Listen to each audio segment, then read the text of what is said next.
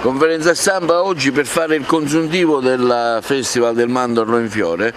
questa edizione. Sì, è stata un'edizione assolutamente straordinaria, quella del 2023, con la presenza di 35 gruppi internazionali, tra gruppi di bambini e gruppi di adulti, ben 12 gruppi in più rispetto agli altri anni, ma il dato interessante è la presenza di stranieri e di turisti comunque italiani durante il periodo del Mandorlo in Fiore. Quest'anno c'è stato un incremento del 30% di presenze rispetto agli stessi periodi in cui si è svolto il Mandorlo in Fiore negli anni passati, addirittura dell'80% rispetto all'anno scorso quando il Mandorlo in Fiore non c'è stato. Il dato interessante è che si sono riempite tutte le strutture ricettive non soltanto della provincia di Agrigento ma anche dei comuni viciniori. Parliamo di oltre 10.000 presenze turistiche e di 6.000 arrivi,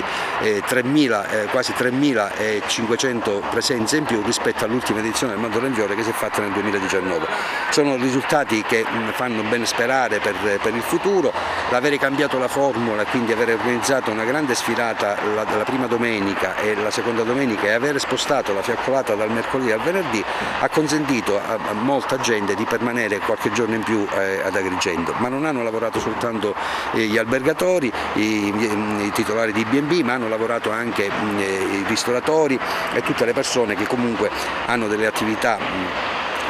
quali bar che hanno veramente registrato numeri importanti, hanno veramente guadagnato con il Mandorlo in Fiore. Io sono dell'avviso che il Mandorlo in Fiore deve diventare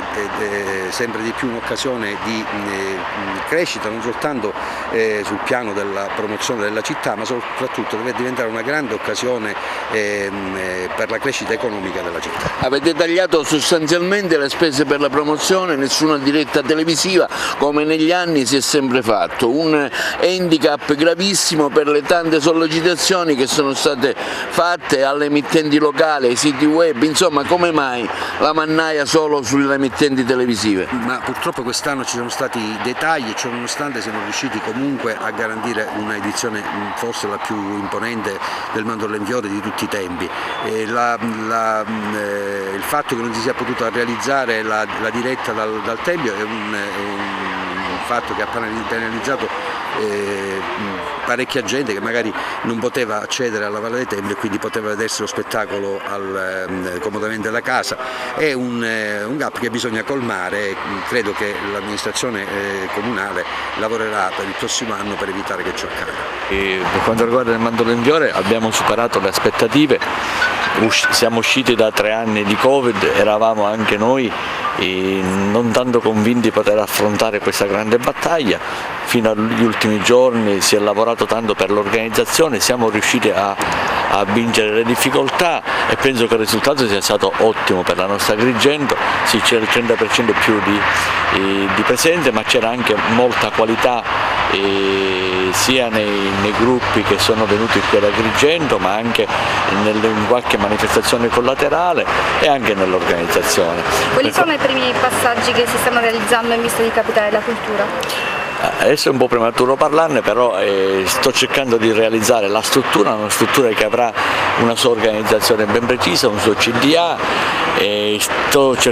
reperendo una sede in dei locali o comunali o comunque limitrofi al comune per poter organizzare finalmente una sede operativa che possa dare inizio a tutte le attività che noi andremo ad espletare in questi 20 mesi e poi anche per il proseguo, perché voglio che qualcosa resti per Agrigento, non deve essere soltanto un 2025 foriero di novità e di cultura, ma deve essere anche un volano di partenza per lasciare almeno 15-20 anni di eredità a chi verrà dopo di noi. Una festa monca in quanto sono mancate le dirette televisive del Tempio e abbiamo avuto centinaia di lamentele in questo senso, Sindaco. Ecco, non le sembra che sulle TV locali, siti web, sulla stampa si sia fatta una discriminazione assurda? No, penso soltanto che la fretta purtroppo a volte gioca tutti scherzi, come ho detto poco fa, lo ripeto, è stato fatto tutto di corsa perché fino agli ultimi minuti avevamo delle cose in forze e quindi penso che queste defianze siano state provocate proprio dalla premura. Distretto turistico, la DMO Valle dei Templi in prima linea nell'organizzazione degli eventi della sagra, anche se è mancata un'adeguata promozione verso le TV locali, le dirette e tante lamentele. Come mai? Abbiamo fatto tutto il possibile per dare il massimo della visibilità alla festa del Mandorlo in Fiore, siamo riusciti a produrre una bella rassegna stampa, mi risulta che ci sia un dossier di ben 280 pagine e per una serie di avventure amministrative è mancata una certa quantità della copertura sperata. Abbiamo fatto del nostro meglio, abbiamo contato sulla grande professionalità e sulla disponibilità di tanti operatori che chiaramente vanno ringraziati per quello che hanno fatto a beneficio della città. Ancora una volta si è creata una bella squadra e c'è stato un buon risultato. Dobbiamo sicuramente fare ulteriormente meglio, specialmente nell'ottica di questa designazione a capitale della cultura, come ha detto anche il Presidente. Questo è un ruolo importante quello del distretto, anche in vista della costa, da Selinunte a Gela. Noi promuoviamo questo tratto di costa che in grandissima parte si sovrappone a quella del progetto di capitale della cultura, quindi ci mettiamo a disposizione, ripeto, sempre nell'ottica della crescita del nostro territorio. Oggi un consuntivo della Mandorlo in Fiore della passata edizione, anche se la mancata dirette televisive e un'adeguata promozione ha fatto un po' cadere di livello l'aspettativa del pubblico.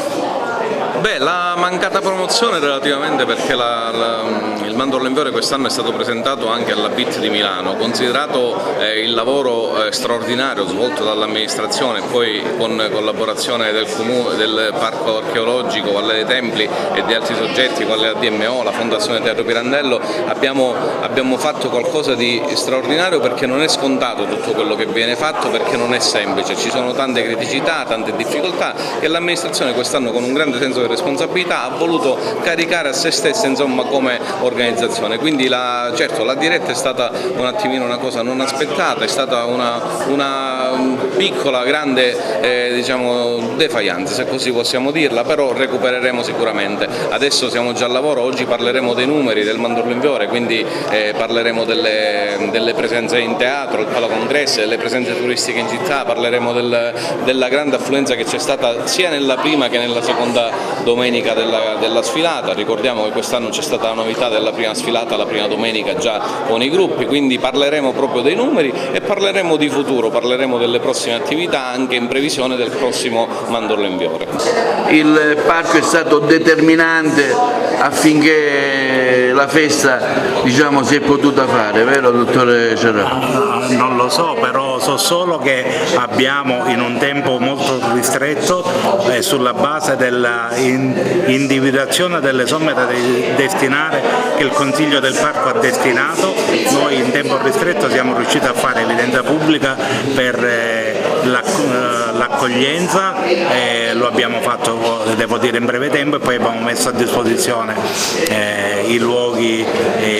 che gestiamo come il Pala Congressi e soprattutto la giornata finale al Tempio della Concordia. Lì si è fermato il nostro impegno, quindi un impegno finanziario non organizzativo al 100%, ma quello che potevamo fare abbiamo fatto contribuendo con il nostro piccolo